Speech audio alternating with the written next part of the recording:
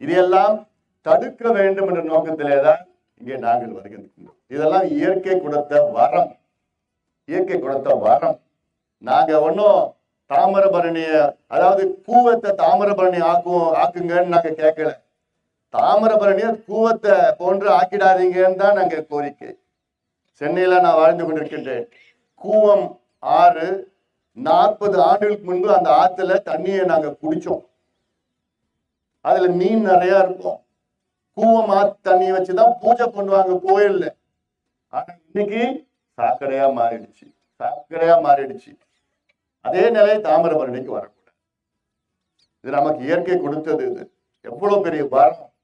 ஒரு ஆத்த நம்மளால காப்பாற்ற முடியலன்னா நம்ம ஆட்சியில இருக்கிறதுக்கே நம்ம தகுதி இல்லாம இருக்கலாம். அது யார் வேணா நான் சொல்றேன், யார் வேணா சொல்றேன். முதல்ல என்ன பண்ணணும்? ஆறு நம்முடைய தாயை போன்று.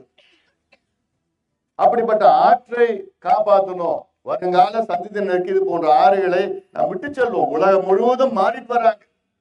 எத்தனையோ உதாரணங்கள் இருக்கு. இல்ல உடனே லண்டன்ல தெம்ஸ் நதி மட்டும் கிடையாது. சவுத் கொரியா சியோல் நகரத்துல இருந்து எவ்வளோ நகரத்துல பிளாக் ரிவர்ல எத்தனையோ ஆறுகள் நாசமாகி அதை மீட்டெழுத்திருக்கின்றார்கள். ஆனா இங்க நம்ம நாசப்படுத்தாதீங்கன்னு நாங்க கேட்டுட்டு இருக்கிறோம். இது சாதாரணமா செஞ்சுட்டு போலாம். எவ்வளவு தொழில்நுட்பங்கள் இருக்கு, டெக்னாலஜி எவ்வளோ இருக்கு, சுத்திகரிக்கின்ற டெக்னாலஜி தொழில்நுட்பங்கள் எவ்வளவு இருக்கு. ஜப்பான்ல போன ஒரு நகரத்துல, பெரிய நகரத்துல அதை சுத்திகரித்த பிறகு அந்த தண்ணியை வெளியில் விட்டுருக்காங்க. அதுல பார்த்தா அவ்வளவு மீன், அவ்வளவு தெளிவான தண்ணி. அதை டெஸ்ட் பண்ணி பார்த்தா ஒரு கிருமி கூட இல்லை. இதெல்லாம் இருக்கு, உலகத்துல இருக்கு. அதை செயல்படுத்தணும். செயல்படுத்த தெரியாதவர்கள் தான் இருக்கின்றார்கள். ஆட்சியில மட்டுமில்ல, அதிகாரத்திலும் இருக்கின்றார்கள். உறுதியோடு செயல்படுத்தணும். இதெல்லாம் நமக்கு கிடைக்க. தமிழ்நாட்டுல 35 பெரிய ஆறுகள், 36 பெரிய ஆறுகள் இருக்கிறது. அதுல ஒன்னே ஒண்ணுதான் வற்றாத ஜீவன் நதி.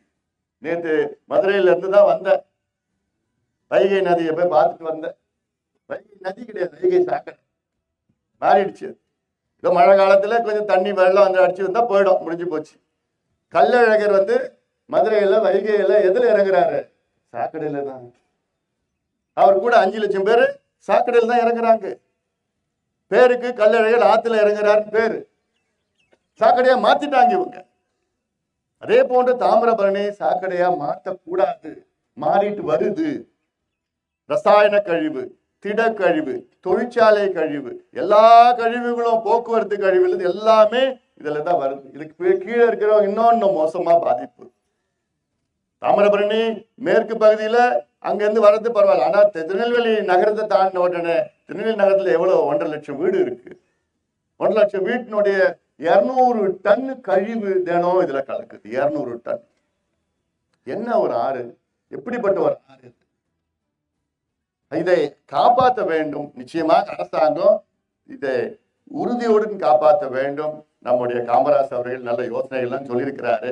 அதனால ஆரிச்சநல்லூர் அங்க இருக்கின்ற தொல்லியல் பகுதியெல்லாம் சொல்லி 5500 ஆண்டுகள் பழமையானது. அதுல யாரும் கவனம் செலுத்ததில்லை. கீழடியில செலுத்திட்டு அது நின்று போச்சு ஒரு மாதிரி.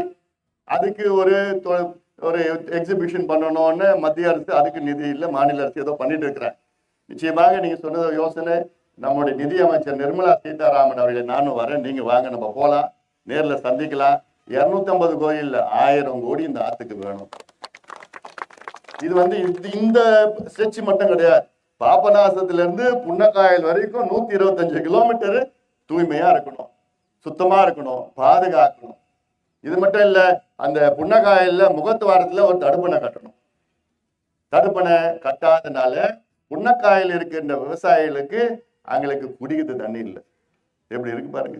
ஆத்தோரத்துல இருக்கிற விவசாயிகளுக்கு குடிக்கிற தண்ணி இல்லைன்னா கடல் நீர் உள்ள வந்துடுச்சு. இது சாதாரண ஒரு திட்டம். புன்னக்காயல் முகத்துவாரத்துல ஒரு 4 அடி 5 அடியில ஒரு தடுப்பணை கட்டினா கடல் தண்ணி இந்த பக்கம் வராது. கோடை காலத்துல வராது, மழை காலத்துல இங்க தண்ணி இங்க இருந்து அப்படி போகுது, அவ்வளவுதான். ஆனா அது கூட செய்ய முடியாத அரசாங்கம். எல்லாம் எவ்வளவு. எனக்கு தாமிரபரணி எனக்கு மிகவும் பிடித்த ஒரு ஆறு. நான் 2015 இங்க ஒரு கருத்தரங்கம் நடந்திருந்தேன். நான் கலந்துக்கிட்டேன் அந்த கருத்தரங்கல்ல. தாமிரபரணி காப்போம் கருத்தரங்கல்ல கலந்துக்கிற அப்பதான் எனக்கு தெரிஞ்சது ஆத்தை பத்தி எவ்வளவு விஷயம் தெரிஞ்சது. இது நம்ம ஆரியா, நம்ம ஊர்ல இருக்கிற ஆறுயா முழுமையா நமக்கு சொந்தம், தமிழ்நாட்டுக்கு சொந்தம் இந்த ஆறு. நம்ம பார்த்து காப்பாற்றணும். வற்றாத ஜீவநதி வேற எங்கேயும் பார்க்க முடியாது நம்ம ஊர்ல. அப்புறம் 2016 நான் 2 நாள் நடைபயணம் மேற்கொண்டேன்.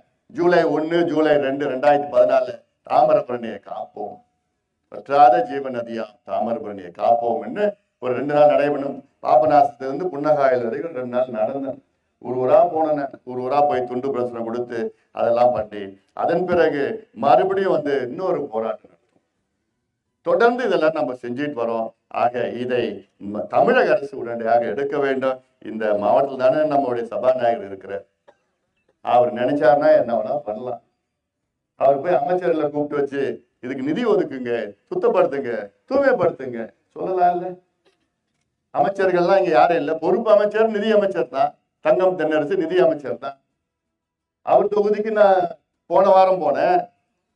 காவேரி குண்டார் திட்டம், காவிரியில உபரிநீர் திட்டம் குண்டார் திருச்சுழி தொகுதியில குண்டார் அந்த ஆறு அங்க அவர் தொகுதியில் தான் இருக்கு. அந்த திட்டத்திற்கு அவர் நிதி இன்னும் கொஞ்சம் ஒதுக்கீடு செய்யணும்னு ஒரு கோரிக்கை வச்சிருக்கிறேன். நான் நிச்சயமா செய்வார் நினைக்கிறேன் நான். ஏன்னா இதெல்லாம் ஏதோ ஒரு கட்சி பிரச்சனை, ஜாதி பிரச்சனை, மதம் என்ன மொழி பிரச்சனை கிடையாது. இது மக்கள் நம்ம பிரச்சனை. காலநிலை மாற்றம், பருவநிலை மாற்றம், குளோபல் வார்மிங், கிளைமேட் சேஞ்ச் எல்லாம் இதெல்லாம் இன்னும் 10 ஆண்டுகளை நமக்கு மழை வராது. 23 வெள்ளம் அடிச்சுட்டு போச்சு. எல்லாம் 2 வருஷத்துக்கு முன்பு வெள்ளம் அடிச்சு பிரிச்சுக்கிச்சு எல்லாம் போச்சு. இது எப்பயா 10 ஆண்டுகளுக்கு ஒரு முறை தான் வரும். அதுக்கு இடையில இருக்கிறது மழையே வராது, காஞ்சு போகும். அப்போ இது போன்ற ஆறுகளை நம்ம பாதுகாத்தா அந்த ஆறுகள் நம்மை பாதுகாக்கும், நம் சந்ததியினர்களை பாதுகாக்கும். இந்த ஆத்துல ஆண்டுதோறும் 10 இருந்து ஒரு 15 TMC தண்ணி கடலுக்கு போயிட்டு இருக்கு. அந்த தண்ணியை கொஞ்சம் நாங்குநேரி, திசையன்வேலை, ராதாபுரம் அந்த கொஞ்சம் பகுதியெல்லாம் வறட்சி பகுதியில் அங்கெல்லாம் எடுத்துட்டு போகணும். தாமிரபரணி, நம்பியாறு, கோழையாறு, எலுமிச்சையாறு, பச்சையாறு இதெல்லாம் இந்த திட்டத்தை நிறைவேற்றணும்னு ரொம்ப நாளா நான் போராட்டம் பண்ணிட்டு இருக்கிறேன். இது இங்க மட்டும் எங்க போனாலும் இதை பத்தி நான் பேசுறேன்.